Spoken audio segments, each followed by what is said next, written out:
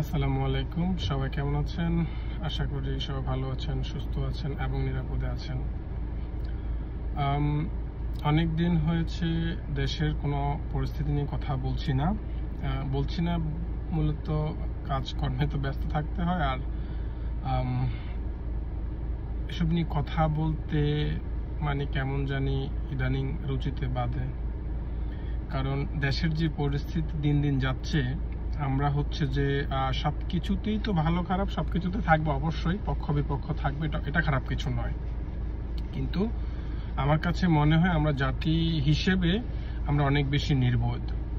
আমরা মানে সঠিকটা বা ভালোটা সেটা আমরা বুঝতে চাই না, কম বুঝতে চাই। খুব কম সংখ্যক মানুষ আছে যারা বুঝতে চায়, তাদেরকেও আমরা সম্মান করি না।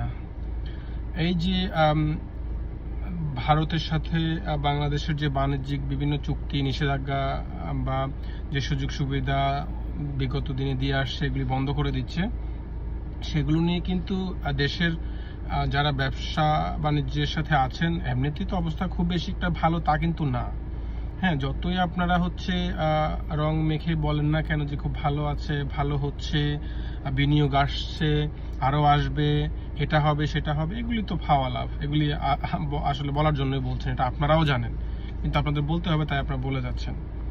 সম্প্রতি যে ভারতের যে নিষেধাজ্ঞাটা আসলো, যে বাণিজ্যের বাংলাদেশ থেকে যে সুযোগটা, বাংলাদেশ আর কি বিভিন্ন জিনিস রপ্তানি করতো ভারতের বিভিন্ন রাজ্য হয়ে, তো ওই সুযোগটা কিন্তু বন্ধ করে দিয়েছে। আর এতেই কিন্তু যতই হচ্ছে যে রংছং মেখে কথা বলছে, কিন্তু ভিতরে হচ্ছে যে ইতিমধ্যেই কিন্তু বাংলাদেশ সরকার বর্তমান যে অবৈধ হোক বৈধ হোক সে বিষয়ে আমি যাচ্ছি না, যারাই দায়িত্বে আছেন, যে সরকার আছে, তারা কিন্তু হাতে পায়ে ধরা শুরু করে দিয়েছে। কারণ হচ্ছে যে দেখেন, ভারত বাংলাদেশের যে আমি যদি ভুল না করে থাকি 12.8 বিলিয়ন ডলারের বাণিজ্য, 12.8 বিলিয়ন। এর মধ্যে হচ্ছে মাত্র 1.8 বিলিয়ন ডলারের পণ্য, মাত্র 1.8 বিলিয়ন ডলারের পণ্য হচ্ছে যে বাংলাদেশে রপ্তানি করে। আর বাকি যে 11 বিলিয়ন ডলারের যে পণ্য আছে, সেটা কিন্তু আমরা হচ্ছে যে আমদানি করে, মানে যার উপর নির্ভরশীল আছে, মানে খাদ্য, ভোগ্য পণ্য, এছাড়াও বিভিন্ন কাঁচামাল। আমি যতটুকু আমি সংবাদ মাধ্যমে পড়েছি, যতটুকু আমি দেখেছি আর কি, ভোগ্য পণ্য বা শিল্প পণ্য, কাঁচামাল, সব অনেক আমাদের যেগুলি সহজ হতো কেন, কারণ ওই যে আপনার পরিবহন খরচ যখন কম হয়, কাঁচামালের দাম যখন কম হয়, খুব স্বাভাবিকভাবেই তো এটা হচ্ছে যে উৎপন্ন যে পণ্যগুলি বাংলাদেশ থেকে অন্য দেশে যেগুলি রপ্তানি করে, তো এগুলার হচ্ছে যে দাম কম থাকে বা ভালো হচ্ছে যে মুনাফা আর কি পাওয়া যায়। এখন এখানে যদি এগুলোর দাম বেড়ে যায়, এই যে পরিবহন খরচ বলেন, বিভিন্ন যে কাঁচামাল, ওইগুলো যদি দাম বেড়ে যায়, তাহলে এটা আপনি কিভাবে আপনি আন্তর্জাতিক বাজারে বা বিভিন্ন জায়গায় আপনি এটা কিভাবে ব্যবসা বাণিজ্য করবেন? এতে হচ্ছে হবে কি, আর আপনার এই যে সম্প্রতি যে ল্যান্ড পোর্ট যে নিষেধাজ্ঞা আসলো আর কি ভারত থেকে, এর জন্য হচ্ছে যে 1.8 বিলিয়ন ডলারের যে রপ্তানির মধ্যে 770 মিলিয়ন ডলারের পণ্যের ব্যবসায় হচ্ছে যে তার প্রভাব পড়ছে খুব স্বাভাবিকভাবে। আর যেটা ভারত বাংলাদেশ বাণিজ্যের মাত্র 1/16, যার জন্যই এই হাতে পায়ে ধরা শুরু হয়ে গেছে। এই পুরো বাণিজ্য বন্ধ হয়ে গেলে চিন্তা করেন তখন কি হবে। যেটা কিন্তু ওই যে আপনার মানে পেয়ারে পাকিস্তানের সাথে কিন্তু এটা হয়েছে, ভারতের সাথে এটা হয়েছে।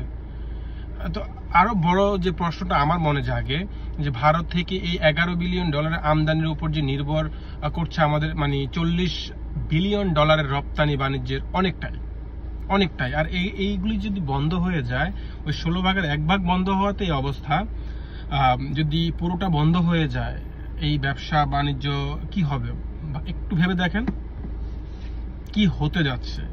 কত মানুষ হচ্ছে চাকরি হারা হবে, কর্মহারা হবে। তখন এমনিতেই যে যাই বলেন না কেন ভাই, দলমতের ঊর্ধ্বে কি কথা বলুন, দেশের পরিস্থিতি কি আদৌ ভালো আছে? ভালো নাই তো। এখন কিছু বললেই তো বলে যে ওই মানে আওয়ামী লীগের দোষ সবকিছু। হ্যাঁ, আওয়ামী লীগ যখন সরকার পরিচালনা করেছিল, অবশ্যই তাদের দোষ ছিল, ভুল ছিল, ত্রুটি ছিল, এটা অস্বীকার আমি করছি না, করতে পারবো না, আমি করতে চাই না। কিন্তু সবকিছুর ঊর্ধ্বে তো একটা স্থিতিশীল অবস্থা ছিল। এখন যা হচ্ছে এগুলি হচ্ছে যে মানে যারাই এখন দায়িত্বে আছেন, বৈধ কি অবৈধ সেটা এখন ভাবছি না, বাট আমি চাই যে দেশের এই অরাজকতা বন্ধ হোক, দেশের হচ্ছে স্থিতিশীলতা বজায় থাকুক। কারণ দিন শেষে এই যে এই পেটে যাদের লাথি পড়ে, আঘাত আসে, ওই দরিদ্র গরিব মানুষগুলো, যারা হচ্ছে যে কোটি কোটি ডলার, ওই যারা মিলিয়ন বিলিয়নের হিসাব জানে না, বোঝে না, তাদের পেটেই কিন্তু কষ্ট, মানে তারাই কিন্তু আঘাত প্রাপ্ত হবে। তো আমি বিনীত অনুরোধ করব, এই যে 7 সিস্টার্স এটা সেটা এগুলি বন্ধ করুন এবং দেশের হচ্ছে যে ধ্বংসযজ্ঞ থেকে দেশকে রক্ষা করুন।